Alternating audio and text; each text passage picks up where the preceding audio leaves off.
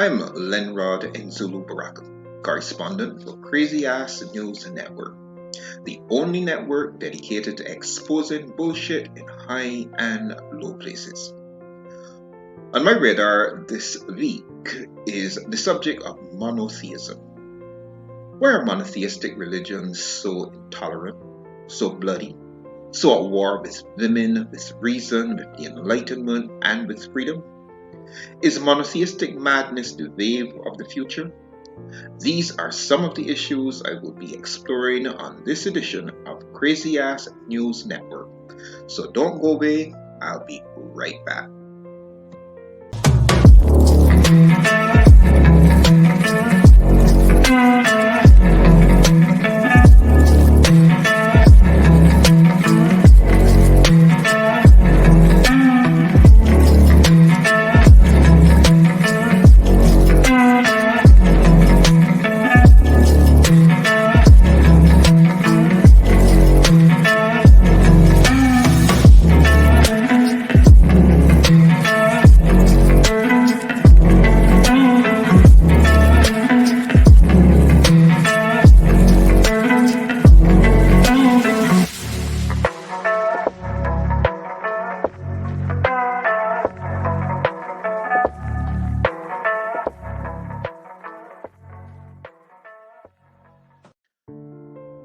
Monotheism is defined as the belief in one God.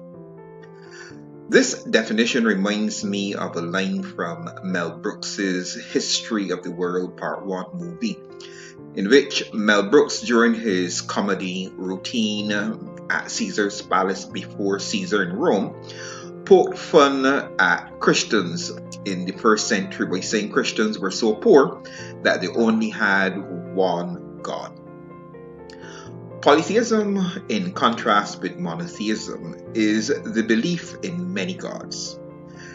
The Encyclopedia of Gods presents concise information on more than 2,500 gods from antiquity to our present time.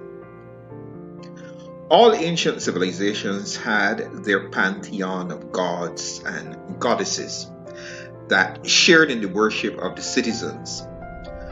Some ancient civilizations practice what is known as henotheism, which is the worship of a single supreme god without denying the existence of the other gods.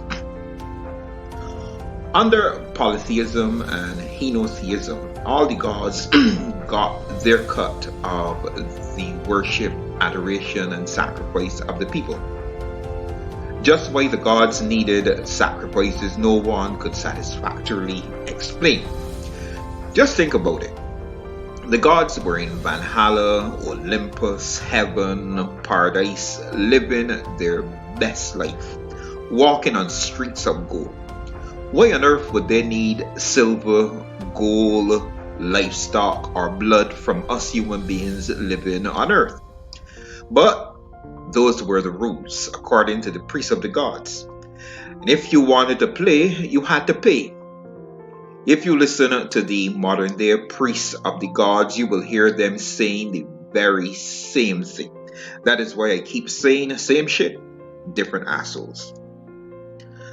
The rise of monotheism introduced a new dynamic into the religious world.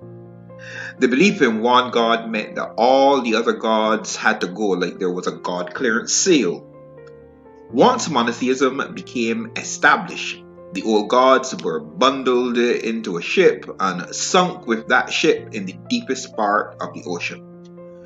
The temple of the gods were destroyed and the worshippers were given the option of converting to monotheism or join their gods and sleep with the fishes, or in other words, convert to monotheism or die. The god of monotheism was testosterone concentrated. He was as all male as he was all powerful, and he did not play. You step out of line and Yahweh or Allah will take you out by flood, by fire, by plague, or by one of his slicing, dicing machines called angels. Women were an afterthought in the monotheistic faith which followed the Abrahamic tradition. To begin with, women were created second and from the rib of the man.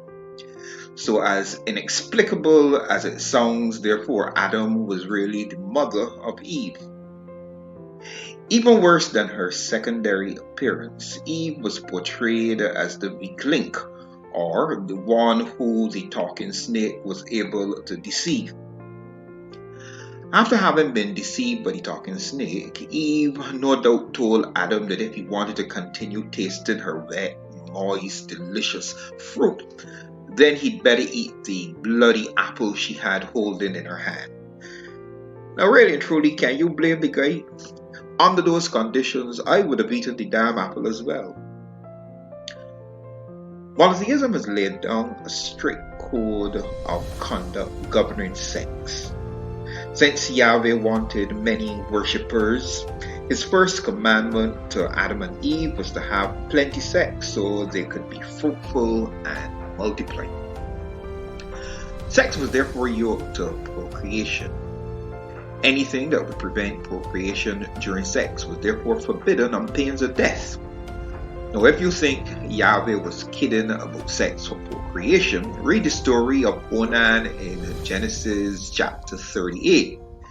Mr. Onan was killed by Yahweh for spilling his seed on the ground. Apparently, poor Onan used to pull out before finishing the job, so the Bible says Yahweh killed him. This, by the way, is the basis for the Catholic ban on all contraception. Even though sex was allowed, sex was to be between a man and a woman. Yahweh was very clear on this issue.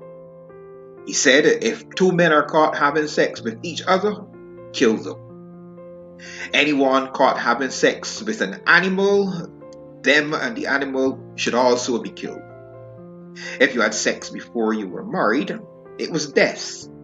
If you had sex with someone other than your husband or wife, that too was death. Monotheism is very compatible with totalitarianism. One God implies one religion, and the best way to ensure one religion in the state is to make the state an instrument of the one religion. This is what is known as a theocracy, or the rule of God in the state. While it is true that the greatest threat to tolerance and freedom today is coming from Muslim and Christian fundamentalists, religion on a whole provides the foundation from which the more radical expressions germinate. There's a straight line running from the Old Testament and the Quran to radical Islamic fundamentalists, radical Reconstructionism, Dominionism, and politically motivated evangelical fundamentalism.